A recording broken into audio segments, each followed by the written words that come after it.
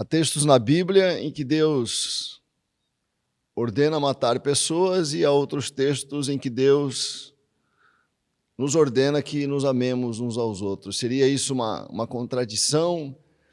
É uma pergunta interessante porque levanta um questionamento sobre a justiça de Deus. Deus estaria sendo...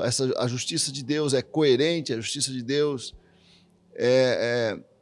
há alguma contradição na justiça de Deus? Porque realmente há textos em que Deus ordena a execução de vidas, como nós vemos nas guerras santas em Canaã, em que os exércitos de Israel recebiam a ordem de destruição, né, do inimigo. Há também textos, vários textos, nós lemos, por exemplo, em Levíticos 24:17, ali está estabelecido um caso de pena de morte, né? Que ali diz que aquele que matar alguém certamente morrerá. Quer dizer, a pena para o assassinato é pena de morte, é uma ordem de Deus para executar uma vida, né? A ordenar a pena de morte, ou nesses casos de guerras santas, né, nas guerras de Canaã, por exemplo, Deus estaria sendo injusto? Deus estaria contrariando a lei do amor? Não, porque Deus não é apenas amor, né? Deus é amor, mas Deus é justiça. A Bíblia fala lá no Salmo 145, verso 17, vamos ler: justo é o Senhor em todos os seus caminhos, e santo em todas as suas obras. O texto está nos dizendo que Deus é justo sempre. Não há injustiça em Deus. Talvez nós, na nossa imperfeição, na nossa limitação, não consigamos ver a conciliação necessária entre a justiça e o amor de Deus. Porque a justiça tem como consequência necessária a justa retribuição do mal. Deus tem que retribuir o mal, Deus tem que punir o mal. Se Deus fosse só amor, da maneira como nós pensamos no amor, não haveria justiça no reino de Deus. Todos poderiam fazer o mal e não haveria nenhuma forma de conter isso, nenhuma forma de conter o mal. A justiça e o juízo de Deus constituem providências, instrumentos de Deus, para reprimir, para punir e para conter o mal. Pensa, por exemplo, num país como o Brasil. Por que cresce tanto a criminalidade? Por que cresce tanto a corrupção? Por que cresce tantas formas do mal no Brasil? O que faz crescer o mal num país, numa nação, numa comunidade, uma das causas fundamentais para que o mal avance é a impunidade. Quando não há punição do mal, nós estimulamos que ele cresça, que ele avance, nós estamos estimulando o mal. Se Deus é amor, ele não pode estimular o mal. É por amor ao bem que Deus pune o mal e, às vezes, pune severamente. Quanto mais severa a punição, maior a contenção do mal.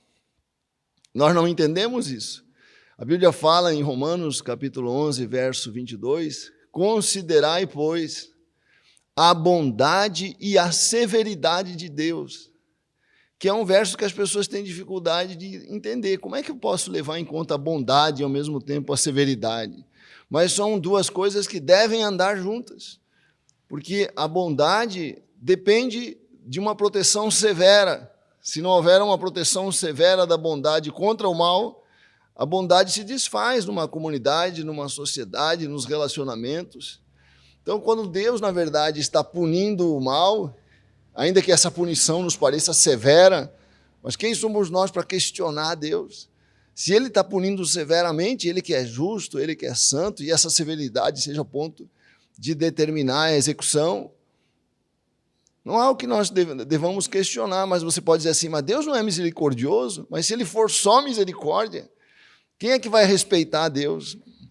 Um Deus que não, de forma nenhuma, reprime a maldade, a transgressão, o pecado. As pessoas podem transgredir, pecar, fazer qualquer tipo de mal, sob o pretexto de que Deus é misericordioso e vai, no final das contas, perdoar todo mundo. Se for assim, você está estimulando o mal. Você está brincando com Deus, e a Bíblia diz em Gálatas 6,7 que nós não podemos brincar com Deus. Com Deus não se brinca. E quem quer se valer da misericórdia de Deus, da história de que Deus nos ama e nos ordena a amar uns aos outros, e por isso Deus vai passar a mão na cabeça de todo mundo que faz o mal, nós estamos brincando com Deus. Outra coisa, a ordem para nós amarmos uns aos outros não anula, nem está em contradição com a proteção de Deus contra o mal, em relação à punição de Deus contra o mal. A ordem para nós amarmos uns aos outros é uma ordem que se... Como é que eu posso dizer isso para você entender bem? Uma ordem que se aplica às relações individuais, a relação de amigos, a relação de pais e filhos, a relação de marido e mulher, a relação de empregador e empregado. Nas nossas relações individuais, nas nossas relações sociais privadas, nós temos que amar uns aos outros. É isso que eu devo fazer como indivíduo. Mas o Estado, o juiz, não cabe ao juiz amar o bandido, cabe ao juiz julgar o bandido conforme a justiça. Então, a ordem de aplicar pena de morte, aqui no Brasil não existe pena de morte, mas em alguns países existe. Em Israel havia pena de morte. A ordem para aplicar punição criminal contra o criminoso não é uma ordem para os indivíduos. Quando a Bíblia diz olho por olho, dente por dente, a Bíblia não está dizendo isso para as relações individuais. A Bíblia está emitindo uma lei para que ela seja aplicada pelos juízes, como é entre nós. Isso que nós temos que entender. A ordem é para o Estado, né? Ou para o exército numa guerra, ou para o juiz na vida social da comunidade. Nas nossas relações individuais, nós temos que perdoar, nós temos que amar uns aos outros e deixar para o juiz fazer a justiça, porque a Bíblia diz em Romanos, capítulo 13, que o juiz está exercendo a sua função de julgar como representante de Deus. A Bíblia fala que toda a autoridade procede de Deus, a autoridade do Estado, e o juiz exerce a autoridade do Estado, diz a Bíblia, em nome de Deus, para aplicar a justiça e para conter e para reprimir e para punir o mal. Deus é um Deus de justiça, Deus é um Deus de amor. Essas coisas andam em harmonia, conciliadas quando nós conseguimos ler as várias necessidades que nós temos na vida como indivíduo e como comunidade. Cabe a cada um de nós amar uns aos outros e confiar na justiça de Deus. E assim nós vamos andar em Shalom. Deus te abençoe. Não se esqueça que nós estaremos respondendo na próxima segunda-feira a pergunta que você vê na tela. Até lá, não deixe de enviar a sua pergunta para esclarecer as suas dúvidas. Pense e creia.